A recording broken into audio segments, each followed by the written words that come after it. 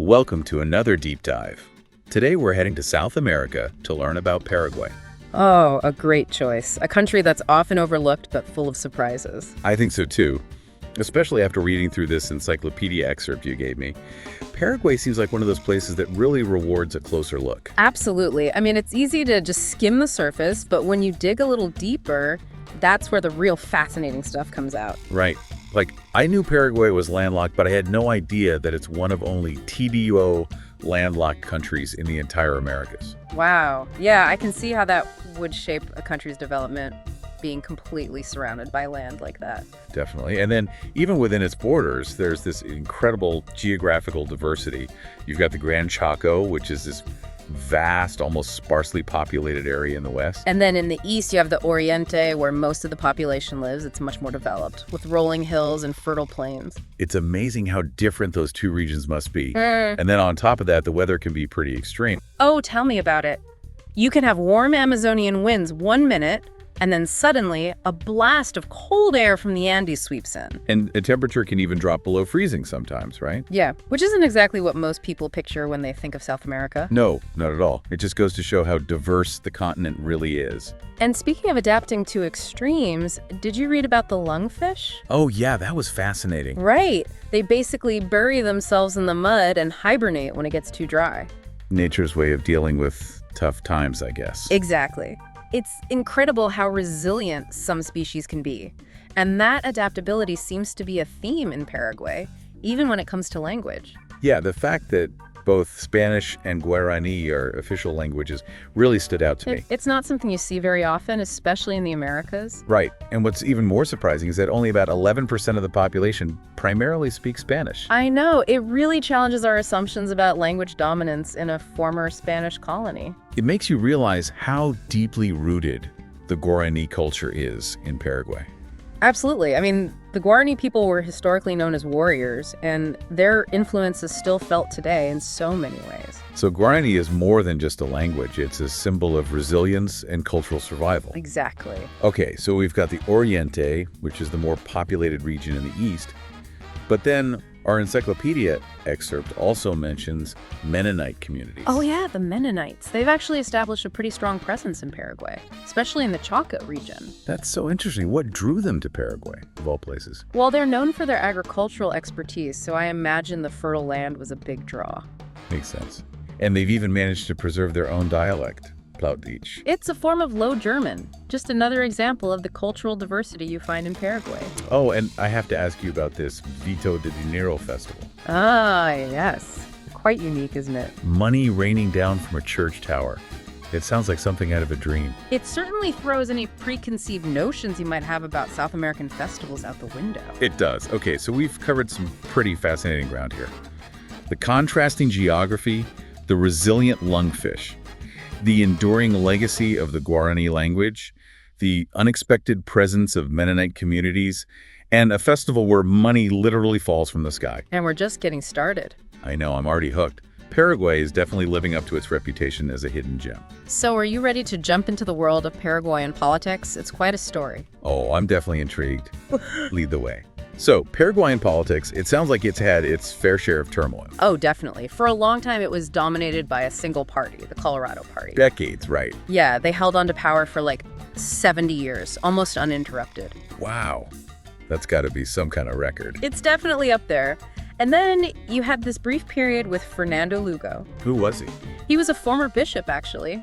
Came to power promising change and social reform, a real break from the norm. Sounds like a pretty big shift. But didn't his presidency get cut short? Yeah, unfortunately, he was impeached in 2012. Wow. What happened there? It was a controversial process, to say the least. His opponents accused him of mishandling a land conflict that led to violence. So, back to the Colorado Party. Pretty much. They've been back in control ever since. But even with that dominance, there have been cracks in the system. Like what? Well, in 2017, there were these massive protests against attempts to change the Constitution. What were they trying to change? They wanted to get rid of term limits, basically allowing the president to run for re-election indefinitely. So people weren't happy about that. Definitely not. The protests were huge, and they ultimately forced the government to back down. That's pretty impressive. Shows how much people care about their democratic rights. Exactly. But yeah, Paraguayan politics, it's a bit of a roller coaster ride. And on top of all that, there's this whole thing with Taiwan. Ah, yes. That's another interesting aspect. It's like they're going against the grain. Most countries in South America have switched their diplomatic ties to mainland China. Yeah, Paraguay's one of the few holdouts. They've maintained a strong relationship with Taiwan for decades. It's kind of a bold move, given the pressure from China. Makes you wonder what their reasoning is. Well, there are historical ties, for one thing. And Taiwan has provided significant economic aid to Paraguay. But it must be a delicate balancing act. Absolutely. They're navigating a complex geopolitical landscape. Okay, so we've talked about the political ups and downs. What about the economic side of things? Yeah, let's dive into that. Agriculture seems to be a big deal, right? Huge. It's the backbone of the economy. What are the main crops?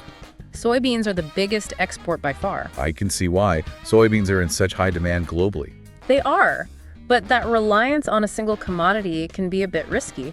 How so? Well, if the price of soybeans drops, it can have a big impact on the whole economy. Makes sense. It's like putting all your eggs in one basket. Right. And there are also environmental concerns. Deforestation to make way for soybean farms is a big issue. Yeah, I've heard about that. It's a delicate balance between economic development and environmental protection. It really is. But there's another side to Paraguay's economy that's worth mentioning. Hydroelectricity. Oh, right. I read about the dams they've built. Yeah, Itaipu and Yacyretá, they're massive projects shared with Brazil and Argentina. It's actually pretty clever, using their geography to their advantage. They might be landlocked, but they've become key energy suppliers. Exactly, and they generate a lot of revenue from those dams. But then there's this other side of the economic picture, the one that's not so glamorous. You mean the illegal drug trade? Yeah. Ah. Paraguay's the biggest marijuana producer in South America. Yeah. A lot of it ends up being smuggled out of the country. That's a whole other can of worms, isn't It it? is. It creates a lot of problems, obviously. Violence, corruption, social instability. Yeah, it's a reminder that even with all the positive developments, there are still some serious challenges to overcome. There always are. But, despite all that, there's this incredible vibrancy to Paraguayan culture.